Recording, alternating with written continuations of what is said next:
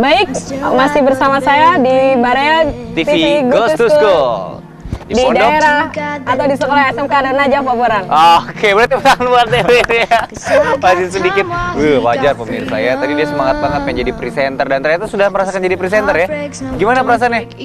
Alhamdulillah Suka?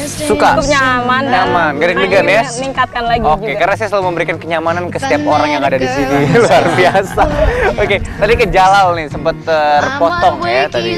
Ya Jalal, ngomongin kegiatan di Pondok Pesantren ini ada kegiatan apa aja?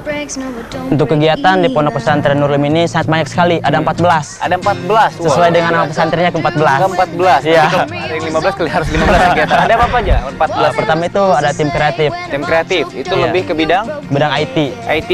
Ya, kemudian ada Imandaini. Imandaini. Imandaini itu mubalig, penceramah. Penceramah.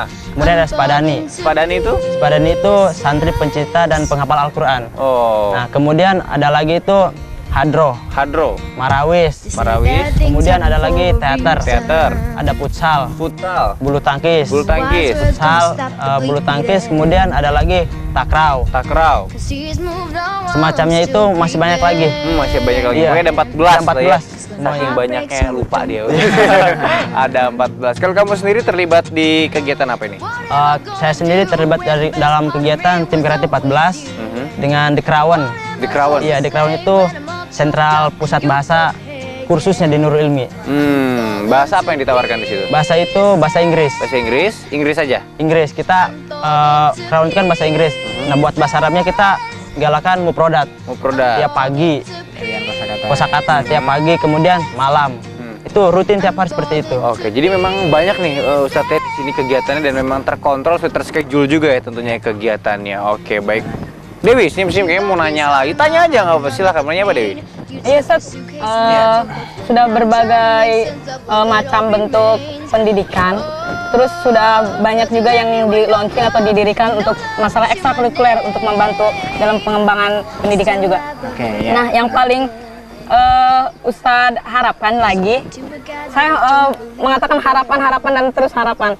Karena apa ya? Ini karena saya, selaku saya juga kelas 3 yang akan lulus nanti dan juga Kak Jalal juga sama akan menghadapi ujian nasional dan tentunya juga memerlukan persiapan yang sangat-sangat banyak.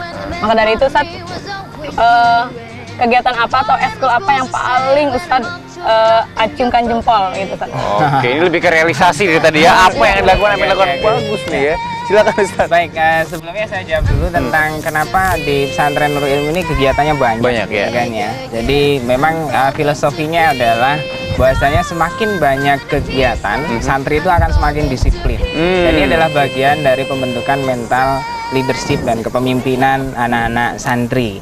Makanya ada salah satu falsafah dalam bahasa Arab yang sering kita sampaikan kepada para santri, bahwasanya fi kulli yaumin wa nahnu fi sya'nin. Jadi dalam setiap hari kita ada dalam satu kegiatan. Jadi kalau setiap hari satu kegiatan, 1 bulan 30 kegiatan, setahun ada 365 kegiatan. Nah, sehingga itu yang akan mengasah skill, kemampuan, kemudian pengetahuan santri-santri kita sehingga menjadi apa yang ingin kita harapkan bersama, yaitu manusia yang seutuhnya. Nah, kemudian harapan kalau ditanya ekstra apa yang paling diacungin jempol? Futsal kayaknya juga main futsal ya, agak berat ya. Bukan menganaktirikan, bukan ya. Tapi paling tidak ada beberapa ekstra kegiatan yang memang kita stressing, kita berikan sebuah penekanan tersendiri. Di antaranya adalah bahasa. Bahasa ya? Ya, karena kita ini menjadikan bahasa sebagai mahkota. Language is our crown. Oke. Al-lughatu tajul ma'had. Jadi sebagai pesantren modern, memang bahasa ini sudah menjadi bagian yang tidak terpisahkan.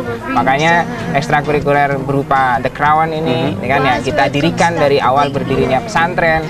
Bahkan santri-santrinya sempat kita kirim ke kampung Inggris di Paris sana selama 1 bulan. Sempat dikirim sana ya, kemudian studi banding juga ke Gontor ya sebagai kiblat pesantren modern di Indonesia ini. Itu dalam rangka untuk menggali pengetahuan yang sebenar-benarnya dan diaplikasikan di sini.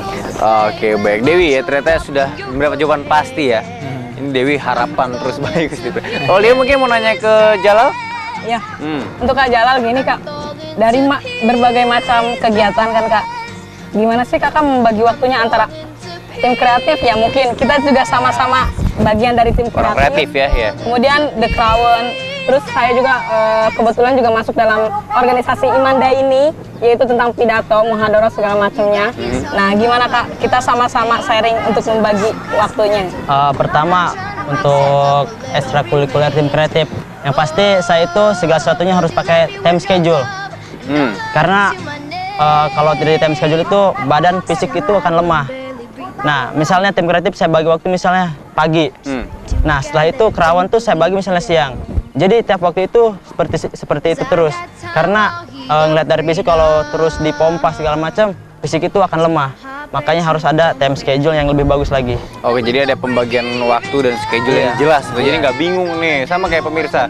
Bangun tidur mau ngapain, mau mandi, mau makan gitu harus terus schedule. Dan di pondok pesantren ini memang sudah ada schedule-schedule-nya, Kang Ustadz ya. Dan kita masih akan ngobrol lagi nih tentang Bare TV Goes to School juga. Kemudian apa nanti harapan Pak Ustadz untuk pondok pesantren ini ke depannya. Jadi jangan kemana-mana, tetap di Bare TV Goes to School.